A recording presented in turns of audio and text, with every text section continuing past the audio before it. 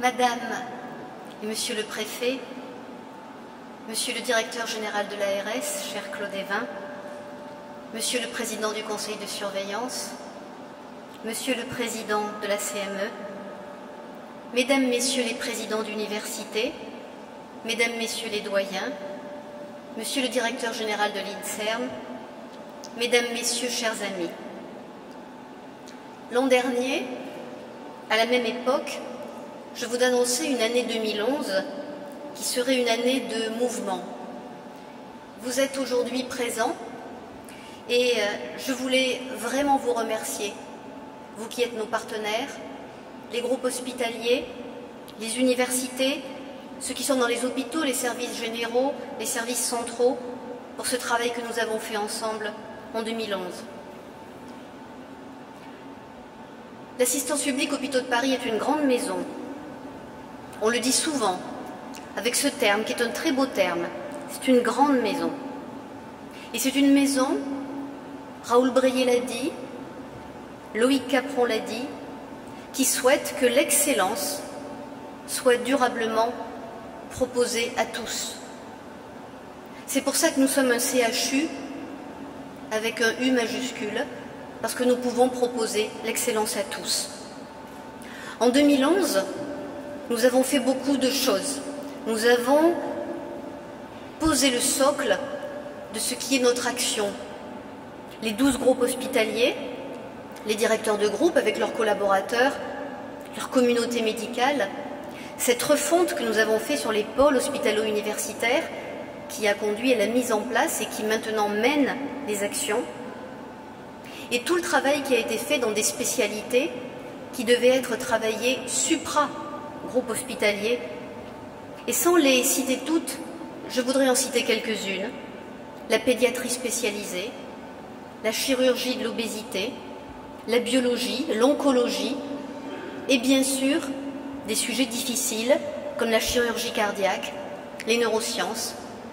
Ces sujets, nous les prenons, nous les travaillons, nous les mettons en œuvre, et vous reconnaissez qu'en 2012, nous allons continuer sur ces thèmes, bien sûr. Nous y faisions référence tout à l'heure, 2011 a été une année où nous avons posé, là aussi, une nouvelle direction, la direction du service aux patients, pour se dire qu'on allait améliorer le service à l'hôpital.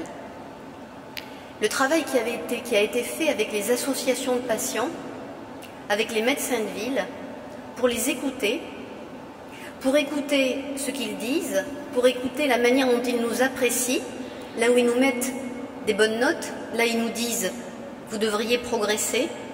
Tout ceci fera partie de ce programme d'action qu'a annoncé Loïc Capron, et nous serons en mesure de le présenter plus en détail dans les semaines qui viennent. L'assistance publique Hôpitaux de Paris, c'est une importante activité de recherche et d'enseignement. Nous avons été heureux en 2011. Nous avons été fiers et heureux de ces 3 IHU, 2 projets prometteurs, de ces LABEX, Equipex. Nous avons été heureux de proposer aux universités, aux présidents d'Avisan qui nous ont suivis, cette démarche de département hospitalo-universitaire.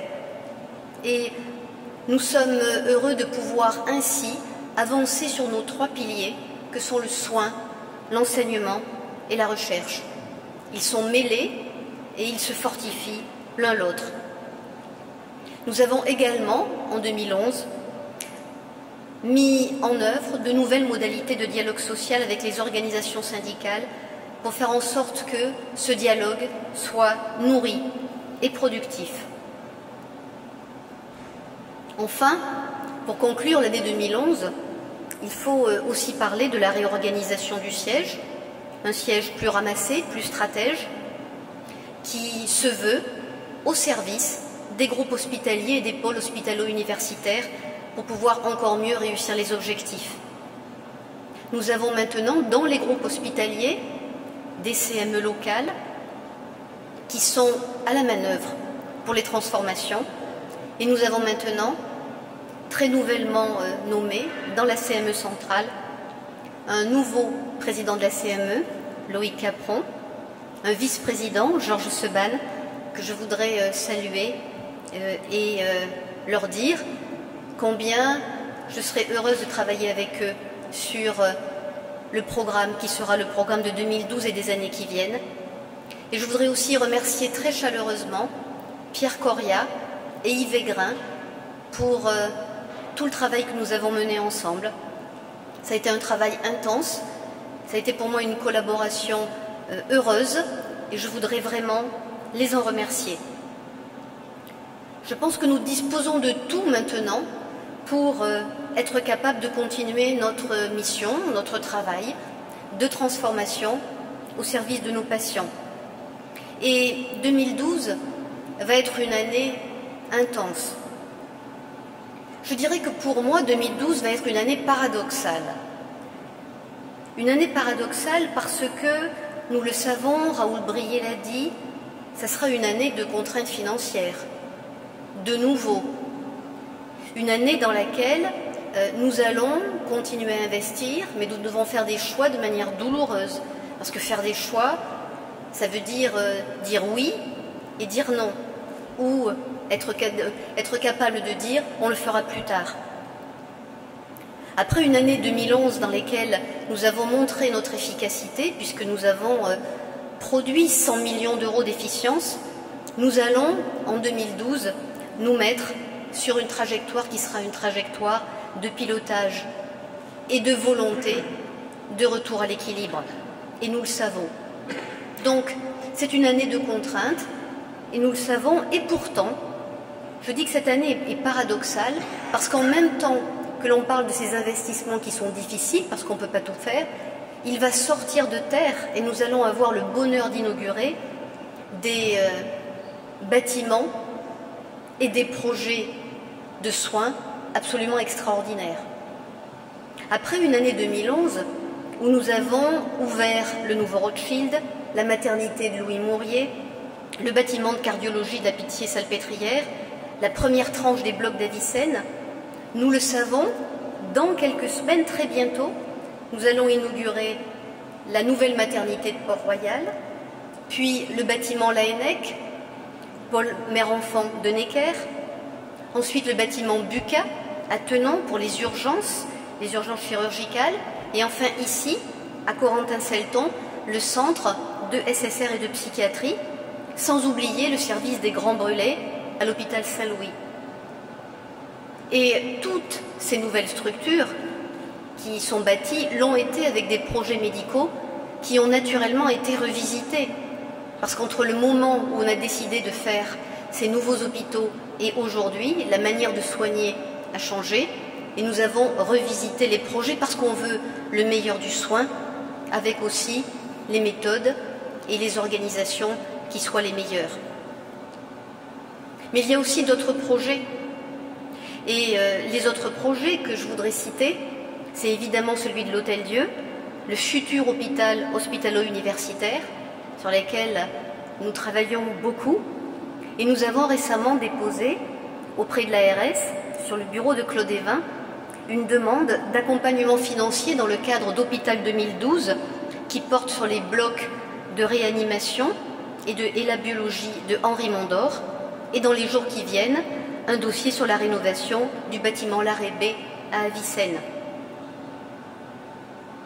Ces environnements privilégiés ne nous font pas oublier qu'ils ne sont pas le lot de tous et que l'on peut faire des choses très importantes en attendant d'avoir tous les investissements que nous rêverions d'avoir.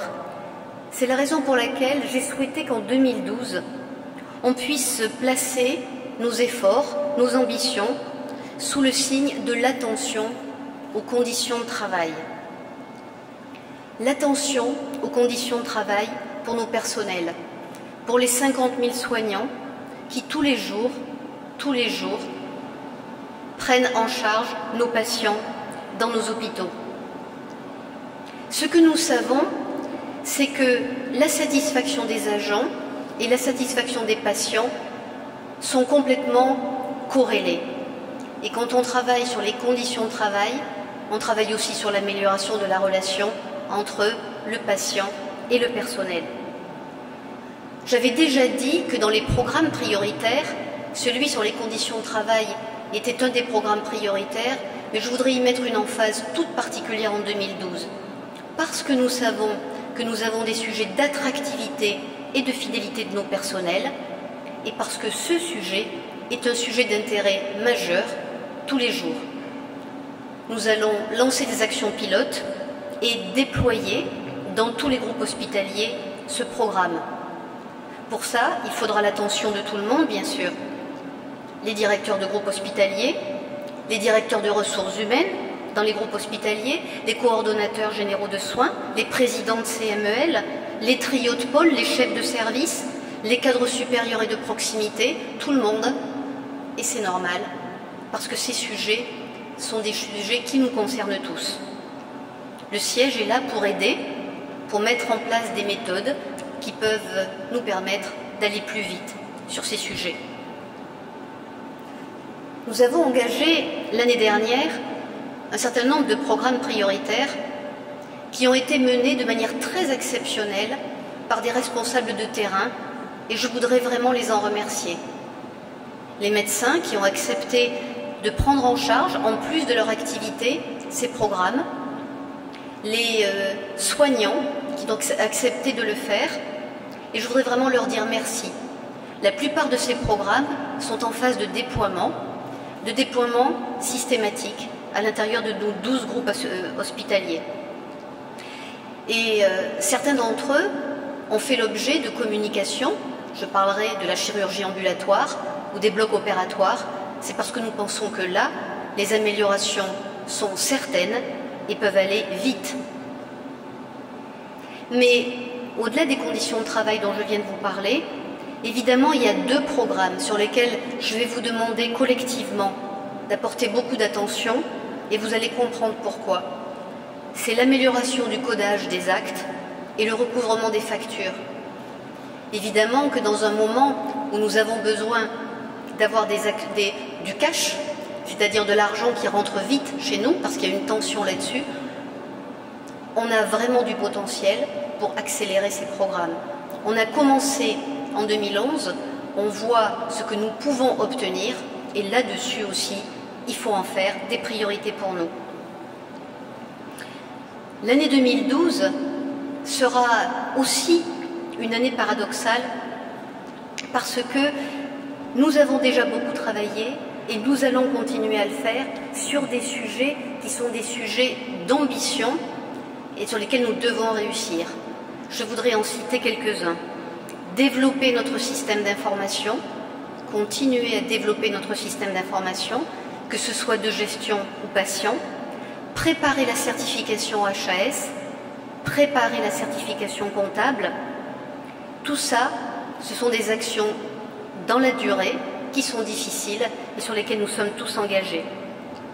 Et puis, sur les sujets de recherche, nous savons que nous allons mettre en œuvre les IHU, que sur les départements hospitalo-universitaires, sur les 37 dossiers qui ont été présentés, la semaine prochaine, nous serons amenés à annoncer les résultats de ce que le jury international nous aura proposé et que nous aurons choisi.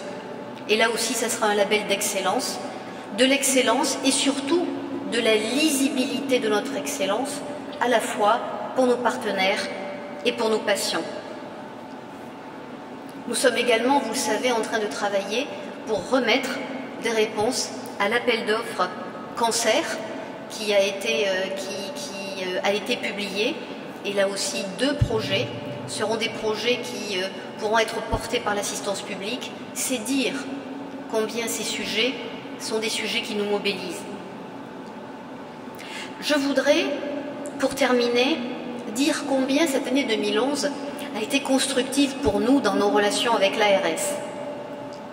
Claude Évin et ses équipes ont passé beaucoup de temps, évidemment, à travailler avec l'assistance publique Hôpitaux de Paris.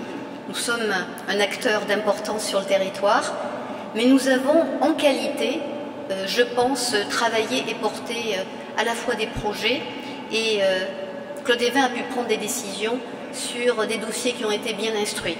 On le sait, tous ne sont pas complètement arrivés au bout, mais un certain nombre sont arrivés au bout et c'est un travail de qualité pour lequel je voudrais vraiment vous remercier. Nous avons devant nous un sujet stratégique important qui est celui de la gériatrie, qui est déjà très bien instruit, mais que nous devrons, avec l'ARS, porter jusqu'au bout, à la fois d'orientation et de mise en œuvre. Et bien sûr, sur tous les sujets d'autorisation ou d'organisation dont on a parlé, je veux dire neurosciences, greffe, chirurgie cardiaque, le travail continue. Nous avons, sur tous ces sujets, fait énormément de mise en œuvre de notre plan stratégique. Je voudrais probablement dire aujourd'hui que, en tant que CHU de l'Île-de-France, je souhaiterais vraiment que nous puissions, de manière exemplaire, être le partenaire de l'ARS pour voir comment, en termes d'organisation des soins, nous sommes en proposition active pour être tête de pont de l'organisation sur le territoire. Un CHU de l'Île-de-France doit être en proposition sur l'organisation. Nous l'avons été, mais nous allons l'être encore plus. De la même manière, sur le volet de l'enseignement, nous voulons, avec l'ensemble des doyens, pouvoir en qualité faire des propositions sur l'enseignement sur le territoire de l'Île-de-France. Comme vous le voyez, soins, enseignement et recherche sont les pistes que nous allons continuer à élaborer ensemble, à mettre en œuvre pour pouvoir durablement proposer à nos patients cette excellence pour tous. Je voudrais encore vous remercier d'être là, vous remercier d'avoir permis de faire tout ce chemin et vous remercier d'avance pour tout ce que nous allons faire ensemble pour 2012. Pour ça, merci. Et je vous souhaite à chacun d'entre vous, personnellement, pour ceux qui vous sont proches, et pour notre assistance publique Hôpitaux de Paris, la meilleure année 2012.